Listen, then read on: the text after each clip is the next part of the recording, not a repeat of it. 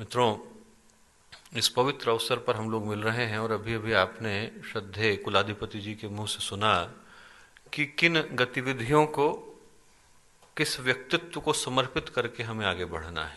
स्वामी विवेकानंद के इस दिवस पर वो सारी गतिविधियां जो गायत्री परिवार अपने द्वितीय चरण में लेकर के आगे बढ़ेगा, उन गतिविधियों को पूरा करने के लिए जो श्रद्धेय कुलाधिपति जी की, परम पूज्य गुरुदेव की, परम वंदनीय माता जी की हम सब से आशाएं हैं, अपेक्षाएं हैं, उसको पूरा करने के लिए हमें किस भाव के साथ आगे बढ़ने की आवश्यकता है, किन शपथ और संकल्पों को लेकर के आगे बढ़ने की आवश्यकता है, उस विषय पर थोड़ा बोलना चाहूंगा। यदि उस भाव को महसूस करना हो, हमारे अंदर में उस भाव को जगाना हो, क्योंकि हम लोग संकल्प कई बार लेते हैं पर भाव आता है और आकर के चला जाता है। यदि उस भाव को जगाना है, उस भाव को अपने अंदर आत्मसात करना है, तो दोस्तों एक दृष्टि हमें गुरुदेव की ओर, स्वामी विवेकानंद की ओर, ऐसे व्यक्तित्वों की ओर डालनी पड़ेगी जिनका जीवन मनुष्य में देवत्व के अवतरण का उद्घोष था। यदि आप लोग देखो, जीवन वही है, वही दो हाथ हैं, वही दो आंखें हैं, वही दो पैर हैं, पर आदमी जो है यदि अपने जीवन के समीकरण को सही कर लेता है, रास्ता याद आ जाता है, वो बोध आ जाता है कि हमें कहाँ जाना है, तो वहीं इंसान के अंदर भगवान आ जाते हैं। और आदमी भटक जाए, पतित हो जाए, भ्रमित हो जाए, तो व्यक्ति के अंदर पिशाच पैदा हो जाता है। पशु और परमात्मा के बीच में, पतन और उन्नति के बीच में, पराभव और उत्कर्ष के बीच में हम लोग खड़े हैं। और ये समय चयन का समय होता है, याद करने का समय होता है कि इंसान के रूप में जो अवसर हमें मिला है उसको हम लोग गंवा करके नहीं जाएं। ऐसा नहीं हो कि जीवन की जब हमारी अंतिम पंक्तियां लिखी जा रही हो, हमारे जीवन की यदि किताब को हम अध्यायों में पलट दें और अंतिम अध्याय को हम लोग देख रहे हो, तो हमारे मन में ग्लानि का बोध नहीं होना चाहिए था कि जो अवसर हमें मिला, जो सौभाग्य हमें मिला, उसको हम लोग गंवा कर यहां से जा रहे हैं। मन में गर्व हो, गौरव हो, ये भाव हो कि हमें जो अवसर मिला था उसके साथ हम लोग इंसाफ करके जा रहे हैं, न्याय करके जा रहे हैं, तो फिर ये जो अवसर मिला है ये आदमी का सौभाग्य में बदल जाता है।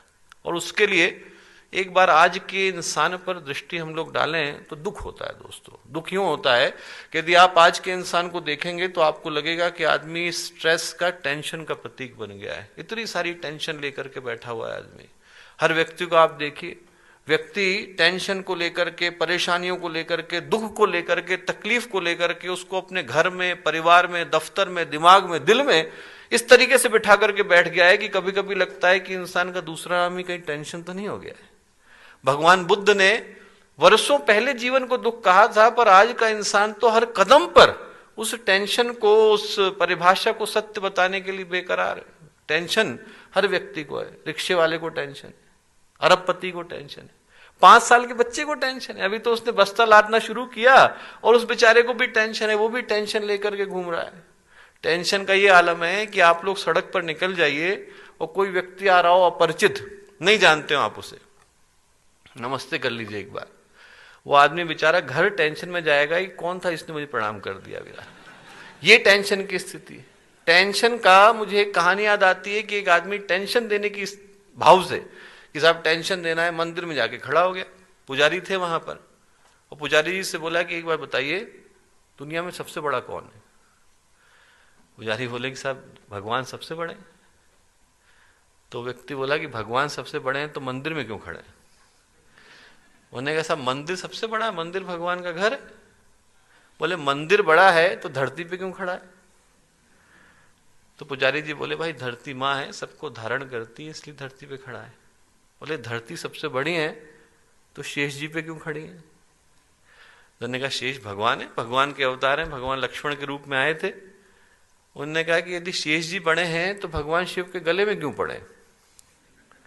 उन्होंने कहा नहीं साहब भगवान शिव बड़े हैं।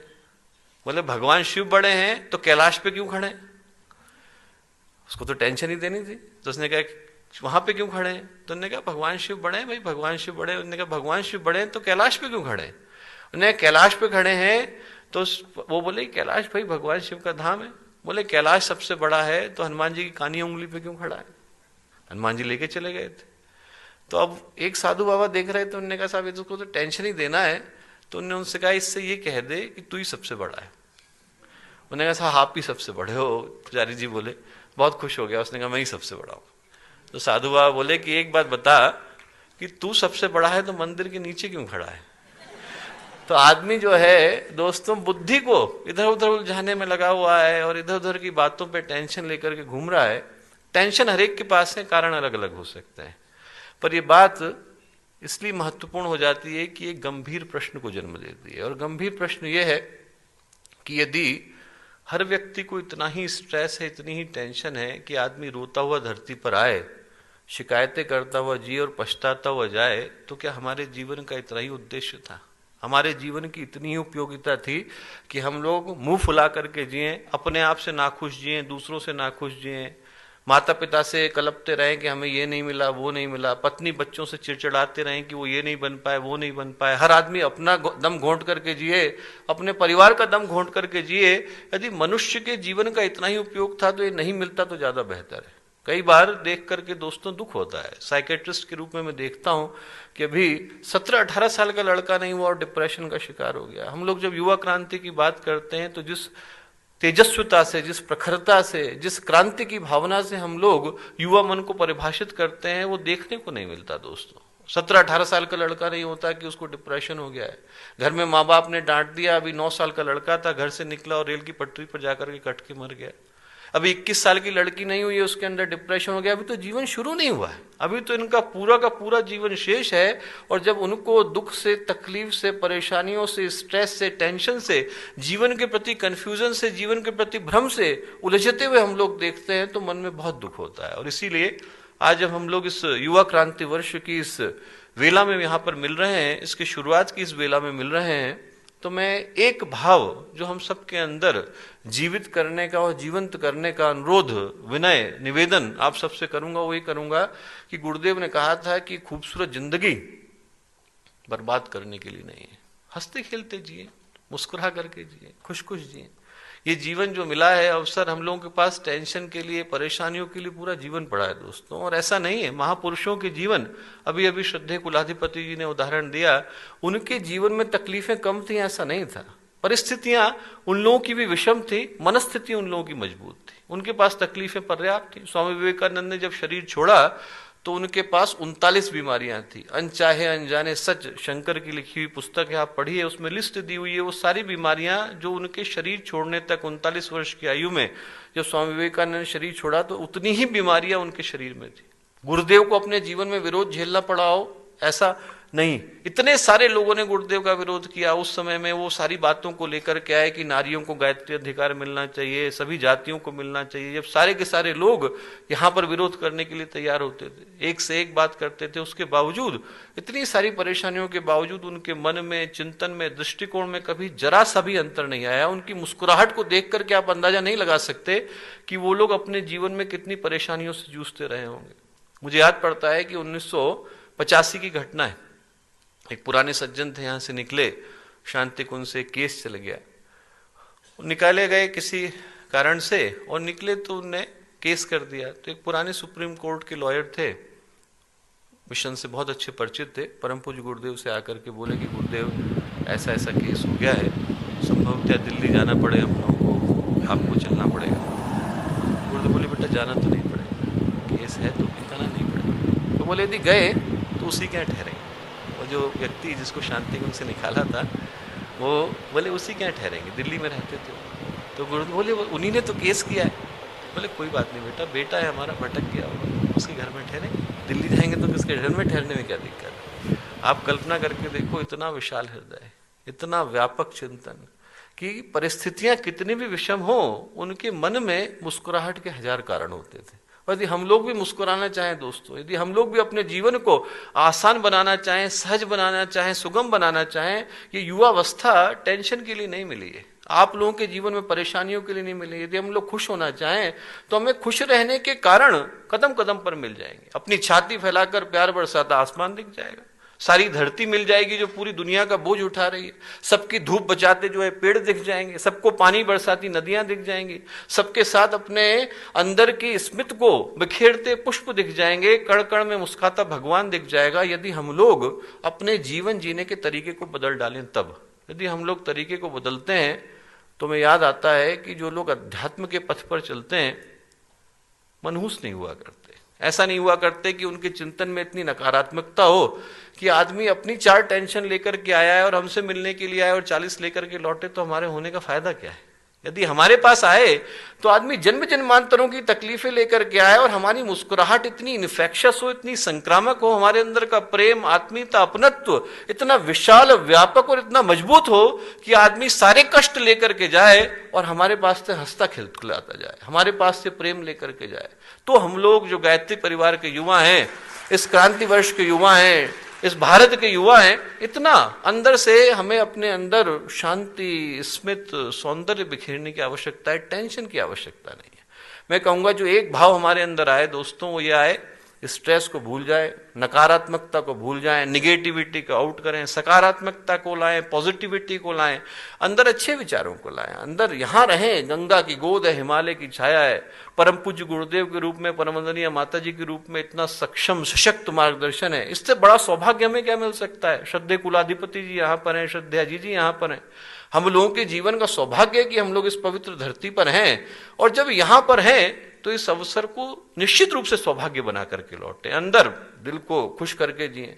और खुश करने के लिए एक सूत्र मुझे परम पूज्य गुरुदेव का याद आता है कि हम लोग खिलाड़ी की तरह से जिए। गुरुदेव कहा करते थे कि आदमी खिलाड़ी की तरह से जिए। खिलाड़ी कैसे जीता है?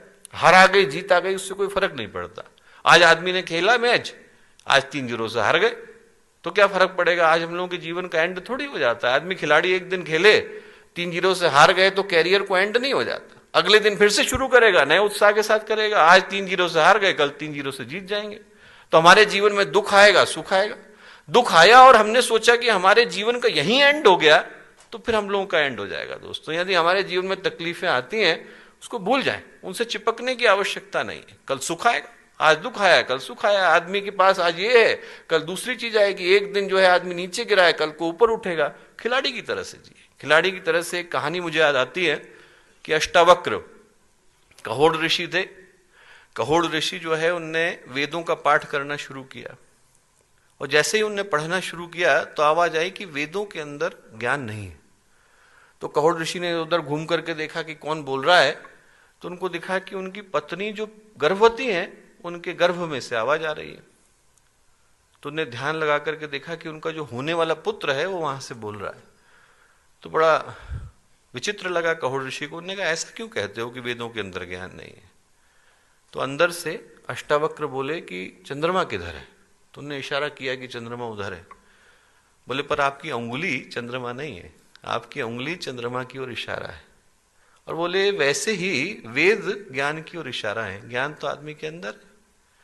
तो कहोड़ ऋषि को बड़ा दुख हुआ। उन्होंने कहा कि साहब, ये गुस्सा भी आया। उन्होंने कहा, तो अभी पैदा नहीं हुआ, ऐसी बातें बोल रहा है। बोले, पैदा हो जाएगा तो क्या करेगा? तो उन्होंने गुस्से में बोला कि तू 8 जगह से टेढ़ा हो, अष्टावक्र, ताकि अष्टांग योग न कर सके। अष्ट का मतलब 8, वक्र का मतलब टेढ़ा। बोले, 8 जगह से तू टेढ़ा होकर के पैदा हो।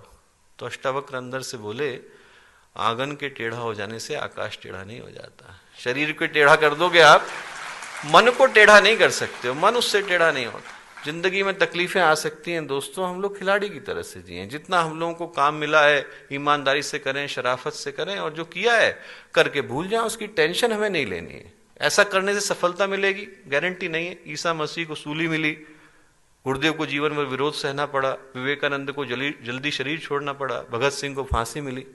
ऐसा नहीं है कि ऐसा करने से हमें सफलता मिलेगी, पर शांति मिलेगी। ऐसा करने से मन में तृप्ति मिलेगी, संतोष मिलेगा, गर्व मिलेगा, गौरव मिलेगा। और जब हम लोग शरीर छोड़ रहे होंगे तो मन में भाव होगा कि कम से कम हमें जो अवसर मिला था उसके साथ हम लोगों ने न्याय किया। खिलाड़ी की तरह से जीवन को जिए। और दूसरी बात मैं बोलूंगा कि दूसरी जो चीज करें वो ये करें कि हम लोग अपनी रिश्तेदारियों को बदल लें। उसका मतलब माँ बाप को बदलना नहीं, उसका मतलब सास ससुर को बदलना नहीं, उसका मतलब दोस्तों को बदलना नहीं है, उसका मतलब भाई बहन को बदलना नहीं है। उसका मतलब यह है कि हम लोग अपनी शादी धर्म के साथ कर लें।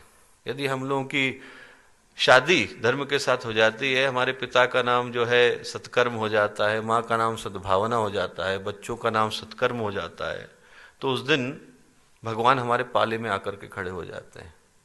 जब पूरी तरह से महाभारत हो गई, महाभारत शुरू होने वाली थी, तो बंटवारा चल रहा था। बंटवारा चल रहा था तो लोगों ने अपने अपने वो लगाने शुरू करे बोलियां कि हम किधर जाएंगे। तो एक तरफ युधिष्ठिर खड़े हो गए, एक तरफ दुर्योधन खड़े हो गए, और दुर्योधन भारत के राजा थे तो स्वाभाविक रूप से पलड़ा उधर की तरफ भारी था, सारे के सारे राजा उधर जाके खड़े हो रहे थे कि ये 5 भाई तो गांव में रहते हैं, इनकी तरफ से कौन लड़ेगा। तो सारे के सारे राजा उधर जाकर के खड़े होने लगे। भगवान कृष्ण उठे और युधिष्ठिर की तरफ जाकर के खड़े हो गए। जैसे ही खड़े हुए तो पलड़ा उधर को जाने लगा, लोग उधर जाने लगे। तो जब बंटवारा हो गया तो उसके बाद युधिष्ठिर खड़े हुए, दुर्योधन खड़े हुए और उनने बोलना शुरू करा कि मेरी तरफ ये है, मेरी तरफ वो है, ऐसे कह करके कहना शुरू करा।